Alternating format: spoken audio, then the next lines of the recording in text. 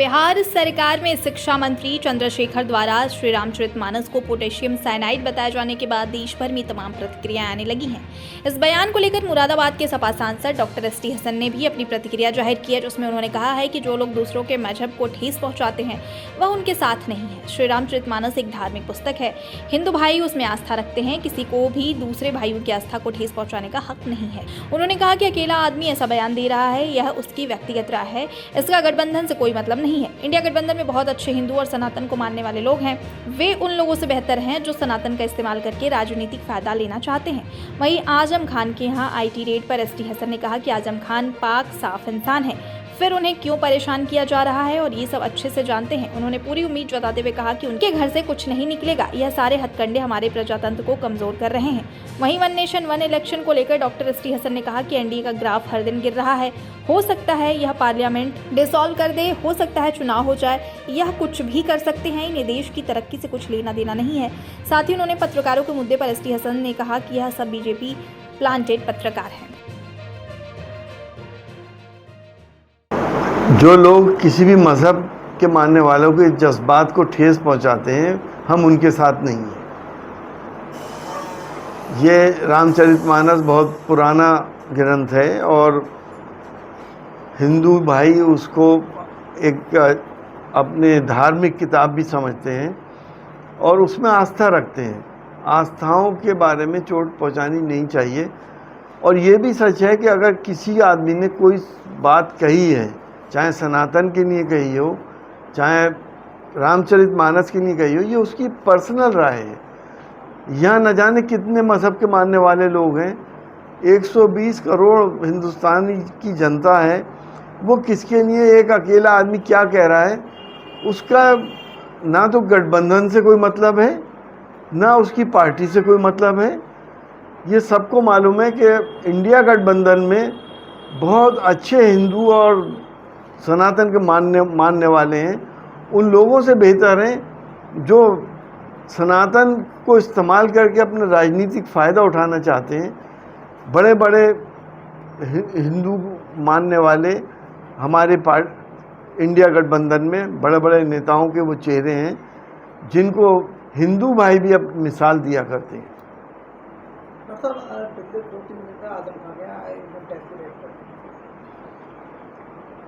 ये सवाल जो आप मुझसे पूछ रहे हैं, पूरे हिंदुस्तान को मालूम है कि ये रेट क्यों पड़ी है, क्या वजहें हैं और क्या निकला। हमें तो पूरी उम्मीद ये है कि उनके घर से कुछ नहीं निकलेगा और ना ही निकला, और वो एक पाक साफ इंसान है। लेकिन ये सब राजनीतिक हथकंडे जो इस्तेमाल हो रहे हैं जो सरकार के द्वारा, ये हमारे प्रजातंत्र को मुसलसल कमज़ोर कर रहे हैं। तो 18 अगस्त से संसद सत्र बुलाया गया। अब ये भी बड़ा एक रास्ता है कि क्यों बुलाया गया, क्या करने जा रहे हैं, कौन से इसमें बिल पास हो रहे हैं। ध्यान डाइवर्ट करने के लिए कह रहे हैं कि 75 साल का इतिहास संसद का। इतिहास में तो ये लोग ज़्यादा ही जाते हैं ना, हिंदुस्तान को भी 5000 साल पहले घसीट रहे हैं। अरे आगे की बात करें, आगे क्या होना है और क्या करना है, तो वो इतिहास।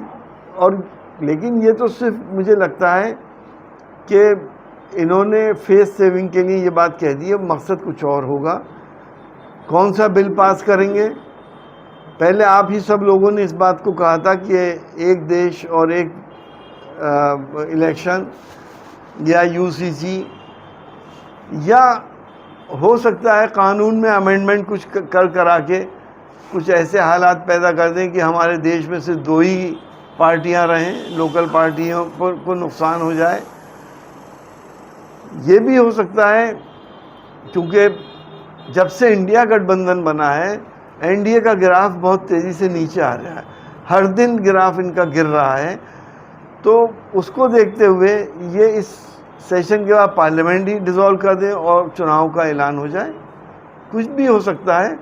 ये लोग बड़े अनप्रिडिक्टेबल लोग हैं, इनको देश से या देश की तरक्की से, देश की जनता से तो कुछ लेना देना है नहीं, ना ही देश के विकास से, ना देश के किसान से, ना देश के छात्रों से।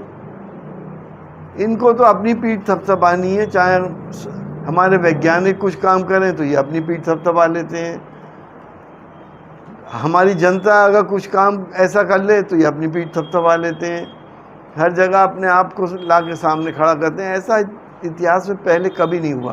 प्रधानमंत्री तो और भी बहुत हुए, लेकिन हमने ऐसे माहौल कभी नहीं देखे ना सुने। तो ये क्या इस वक्त क्या करें ये हम अभी कह नहीं सकते। डॉक्टर साहब, INDIA ने लिस्ट जारी की है पत्रकारों की, बैन किया है। बीजेपी आपातकाल की याद दिला रही है, इमरजेंसी की याद दिला रही है और ट्विटर वॉर चल रहा है, क्या कहेंगे? तो आप पूरा देश जानता है कि ये वो पत्रकार हैं जो बीजेपी के इम्प्लांट किए हुए पत्रकार हैं, ये बीजेपी की ही बात करते हैं, और अगर अपोजिशन वाला कोई बात करता है तो ये बीजेपी के प्रवक्ता बन जाते हैं। अगर आप इनके प्रोग्राम गौर से देखें तो आपको ये अंदाज़ होगा। पत्रकारिता का स्तर इन लोगों ने इतना गिरा दिया है कि आज इंटरनेशनल मीडिया में हमारे मीडिया की बड़ी किरकिरी हो रही है।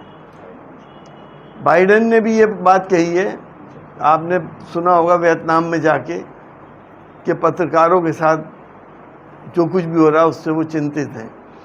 और पत्रकारों को भी चाहिए कि पाक साफ पत्रकारिता करें, नॉन पार्शियल होकर बात करें। लेकिन ये इन पत्रकारों के जब भी आप प्रोग्राम देखेंगे तो आपको खुद अंदाज़ हो जाएगा कि ये पत्रकार नहीं बल्कि बीजेपी के कार्यकर्ता हैं।